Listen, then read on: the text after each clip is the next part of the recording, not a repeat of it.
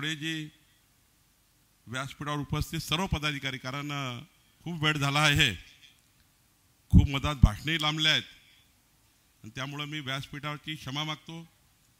व्यासपीठावर सर्व उपस्थित पदाधिकारी, उपस्थित बंधू आणि भगिनी, खरं तर आपल्याला अभिमान आहे की आज नागपूर जिल्ह्याला पालकमंत्री म्हणून देवेंद्रजी आज या जिल्ह्याच्या, विदर्भाच्या, महाराष्ट्राच्या विकासाकरता आपल्या आयुष्याचा पूर्ण वेळ देत आहे. मी बघितलाय 14 ते 19 मध्ये जिल्ह्याचा पालकमंत्री म्हणून काम केलं आहे आणि मंत्री म्हणूनही काम केलं आहे. सकाळी 7 पासून जेव्हा काम चालू होतं आणि शेवटचा माणूस रामगिरी आणि वर्षा बंगल्यावरून जात नाही, काम करून जात नाही, तोपर्यंत वर्षा बंगल्यावरचा पहाटे 4 वाजेपर्यंत लाईट बंद होत नाही, रामगिरीचा लाईट बंद होत नाही. हे संपूर्ण महाराष्ट्राने बघितलं. असे यशस्वी मुख्यमंत्री म्हणून माननीय देवेंद्रजींनी त्या काळात काम केलं. मला अभिमान आहे की माननीय देवेंद्रजी जेव्हा 2014 मध्ये आपलं सरकार आलं तेव्हा नागपूरचं डीपीसी, नागपूरच्या विकासाची जी योजना आहे, उपराजधानीच्या विकासाची योजना आहे, ही 220 कोटी रुपये होती. 220 कोटी रुपये संपूर्ण नागपूर जिल्ह्याच्या उपराजधानीचा विकास, शहराचा, जिल्ह्याचा विकास करण्याकरता, शेतकरी, शेतमजुरांच्या पांढऱ्या रस्त्याकरता 220 कोटी रुपये जिल्ह्याच्या 72 हेड करता मिळायचे. पण मला अभिमान या गोष्टीचा आहे की मी पालकमंत्री झाल्यानंतर ज्या पद्धतीने आपण नागपूरच्या उपराजधानीला न्याय दिला, 220 कोटी रुपये प्रतिवर्षी मिळायचे. देवेंद्रजी, आपण मुख्यमंत्री असताना या जिल्ह्याला 750 कोटी रुपये 2014 ते 2019 5 वर्ष प्रत्येक वर्षी 750 कोटी रुपये आपण दिले. आणि आता तर मला पुन्हा अभिमान आहे की आपण आज पालकमंत्री म्हणून आमचं सौभाग्य आहे, तुम्ही आमचे पालकमंत्री आहात. आज त्यांनी काटोलमध्ये येताना या नागपूर जिल्ह्याच्या उपराजधानीला यावर्षी 23-24 म्हणजे मार्चच्या आतमध्ये 950 कोटी रुपयाचं अनुदान या नागपूर जिल्ह्याच्या विकासाकरता दिलं. आणि आता तर इथे येता येता नागपूर जिल्ह्याला, काटोल आणि संपूर्ण जिल्ह्याच्या विकासाकरता 1200 कोटी रुपयाचं अनुदान आज मंजूर केलं. त्याबद्दल मी नागपूरच्या आणि काटोलच्या जनतेमार्फत एकदा जोरात टाळ्या वाजवून देवेंद्र यांचं स्वागत केलं पाहिजे. खरं तर आपल्याला 1000 गोष्टी बोलता येईल, तो वेळ नाही आहे. व्यासपीठाकडनं ज्या पद्धतीनं राजकीय भाषणं झाले हे संस्कारी काटोलचे नाही आहेत. यापूर्वी 5 वर्ष पालकमंत्री म्हणून काम केलं. या पद्धतीचा कार्यक्रम अपेक्षित नाही आहे. जेव्हा देवेंद्रजी आले आहेत तर काय मागितलं पाहिजे, तर काटोल नगरीचा मागच्या 40 वर्षात काही शिल्लक राहिलेले काम आहेत ते मागितले गेले पाहिजे. ही अपेक्षा कार्यक्रमात नाही. या कार्यक्रमात ही अपेक्षा आहे. हे खरं आहे की मला अभिमान आहे, चरणसिंग ठाकूर सारखा एक कार्यकर्ता, मला कुणाचा या ठिकाणी मी जाणीवपूर्वक देवेंद्रजी आणि मी कुणाची तारीफ करत नाही, सर्वांनीच आपापल्या पद्धतीने विकास केला आहे. कोणी कमी जास्त केला असेल, कोणी कमी केला जास्त केला असेल, पण मी जेव्हापासनं 2004 पासून आमदार आहे, देवेंद्रजी अनेक वेळा चरण ठाकूर वेगवेगळ्या पक्षामध्ये काम केलं असेल, पण दिल्ली दरबारी आणि महाराष्ट्राच्या मंत्रालयामध्ये 7 मजले चढून, 7 मजल्याच्या पायऱ्या चढून, टेबल टू टेबल जाऊन या काटोल शहराच्या विकासामध्ये अत्यंत मोठं योगदान जर कुणाचं असेल तर चरणसिंग ठाकूरांचं आहे.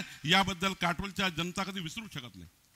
माझा दावा नाही आहे की कोणी काही केलं नाही आहे, पण चरण ठाकूरनी ज्या पद्धतीने काटोल शहराचा विकासाचा अनेक बाबी, मी पालकमंत्री असताना मी चिडायचोही, रागवायचोही, सर्वांनीच व्यासपीठावर काम केलंय, पण ज्या पद्धतीने काटोलच्या जनतेने नगराध्यक्ष म्हणून त्यांना बहुमत दिलं, त्या पद्धतीने काटोल शहराचा विकास अजूनही अपूर्ण आहे. कोणीच अपूर्ण नाही, अपूर्ण आहे. अजूनही काटोल शहरामध्ये काही अनिल बाबूंनी मागणी केली आहे, काही अनेक नेत्यांनी मागणी केली आहे, ती पूर्ण केलीच पाहिजे. पण ज्या पद्धतीने काटोल शहराचा विकास झाला आहे, खरं तर माझा दावा आहे त्या व्यासपीठावर, मी कधी राजकीय भाषण करत नाही, पण 2014 पूर्वीच्या काटोल शहराचा जर मॅप बघितला, गुगल मॅप, काटोल शहरामध्ये काय दिसतं आणि आज 2024 मध्ये काटोल शहर कसं झालंय तुम्हाला गुगलच सांगेल की काटोल शहर किती बदललं आहे, कोणाला सांगायची गरज नाहीये. खरं तर 2019 मध्ये 14 पासून 19 मध्ये आणि आताही या महाराष्ट्रामध्ये खरे पट्टे वाटपाची सुरुवात देवेंद्रजी मुख्यमंत्री झाल्यानंतर झाली. आणि आज बघा कामठीमध्ये काल मी 6000 पट्टे वाटप केले. आज या ठिकाणी मोठ्या प्रमाणावर पट्टे वाटप होत आहे. देवेंद्रजी तुम्ही घेतलेला एक एक निर्णय गरीब कल्याणाचा, मध्यमवर्गीय कल्याणाचा इतका महत्वाचा होता आणि मोफत पट्टे वाटप दिले हो, मोफत पट्टे वाटप केले. आणि आता तर मी त्यांना विनंती करणार आहे की साहेब थोडा पुढाकार जर आपण घेतला 14 ते 19 मध्ये, पण राहून गेलाय 2014 ते 19च्या पुढाकारामध्ये आपलं जे राहून गेलाय ते झुडपी जंगलाचा जर त्या ठिकाणी निर्णय झाला ना, झुडपी जंगल महाराष्ट्र शासनाला भेटून गेले. ती सुप्रीम कोर्टात केस आहे, आपले वकील लढतायत, चांगले वकील आपण लावण्याची अपेक्षा आहे.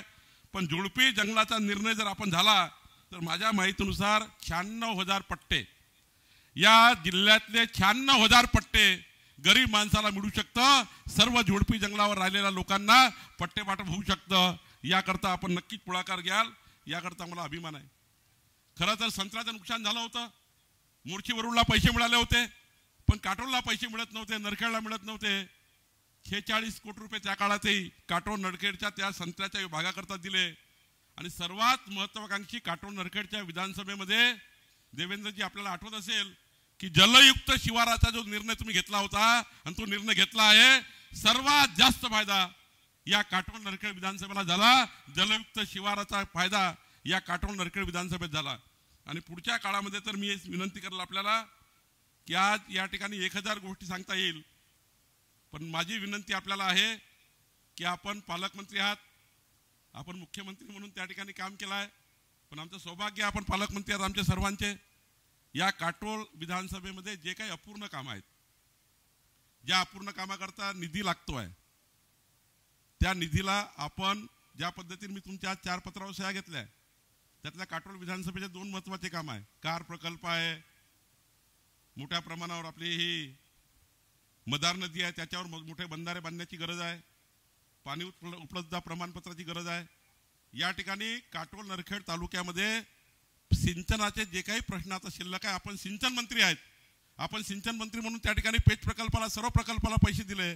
आज तुम्ही जे निर्णय ईडीला द्यायला सांगितला आहे की कार प्रकल्प असेल, नरखेड तालुक्यातले प्रकल्प असेल, काटोल तालुक्यातले प्रकल्प असेल, जलसंधारणाचे प्रकल्प असेल, जलसंधारणाचं 300 कोटी रुपये आपण दिले आहेत.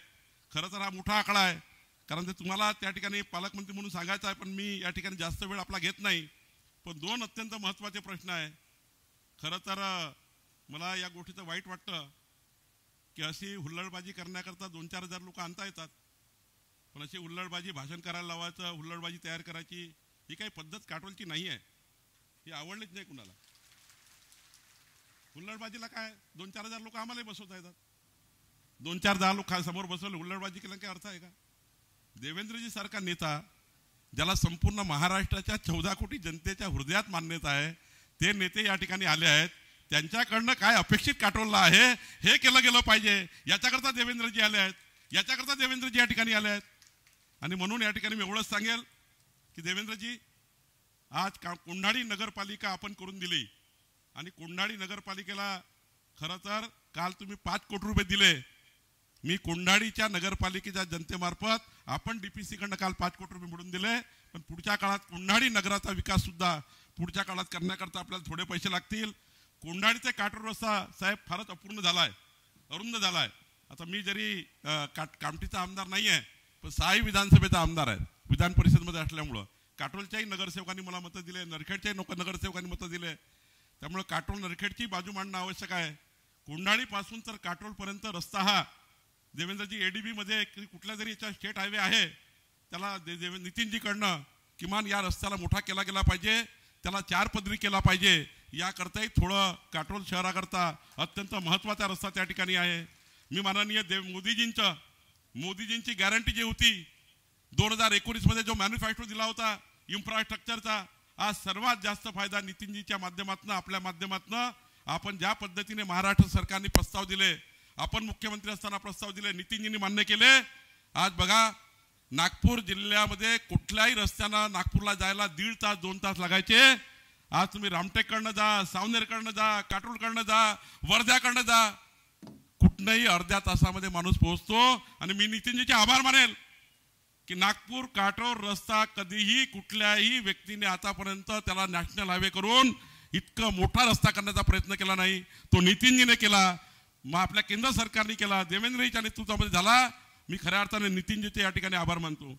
आणि हे आभार मानताना देवेंद्रजी, आम्हाला एक अत्यंत महत्त्वाचा रस्ता आहे ज्या रस्त्याने नरखेड तालुक्याचं संपूर्ण चित्र बदलू शकतं. म्हणजे नरखेड तालुका जो मागास तालुका आहे, या तालुक्याला खरं जर आपल्याला त्याला सुवर्णकार आकार द्यायचा असेल तर माननीय देवेंद्रजी, मी नितीनजीला बोललो आहे, कारंजापासून लोहारी सांगव्यापासून तर त्या ठिकाणी भारसिंगीपासून पिंपळगाव राऊत पासून नरखेडपासून पांडुर्णा ते आपल्या कारंजापर्यंत आळवा रस्ता केला तर नरखेडचं पूर्ण भविष्य बदलून जातं. इतका चांगला रस्ता त्या ठिकाणी तो केला तर पूर्ण भविष्य, जसं आपण समृद्धी महामार्गानं महाराष्ट्राचं भविष्य बदललं, शक्तिपीठ महामार्गाने तुम्ही महाराष्ट्र त्या ठिकाणी जोडणार आहे, कोस्टल हायवेनी ज्या पद्धतीने, कोस्टल रोडनी ज्या पद्धतीने मुंबई जोडल्या गेली.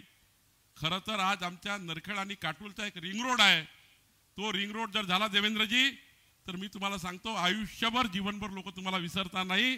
जेवढा समृद्धी महामार्गावर तुमचं योगदान आहे, या रस्त्याने या काटोल नरखेड तालुक्याचं संपूर्ण शेतकऱ्याचं भलं करण्याचं काम, शेतकऱ्यांना न्याय द्यायचं खरं काम या रस्त्याने होणार आहे. आणि म्हणून आपण या रस्त्याला थोडी आपण मदत कराल अशी अपेक्षा व्यक्त करतो. पुन्हा एकदा मी आपले जास्त वेळ घेत नाही, पुन्हा आपले नागपूर जिल्ह्याच्या संपूर्ण जनतेच्या वतीने नागपूर जिल्ह्याला 1200 कोटी रुपये आणि त्यातल्या त्या सर्वात महत्त्वाच्या शेतकऱ्याच्या पानन योजनेला जास्तीत जास्त पैसा तुम्ही दिल्याबद्दल मी तुमचे मनापासून आभार मानतो आणि माझे 2 शब्द संपवतो. धन्यवाद.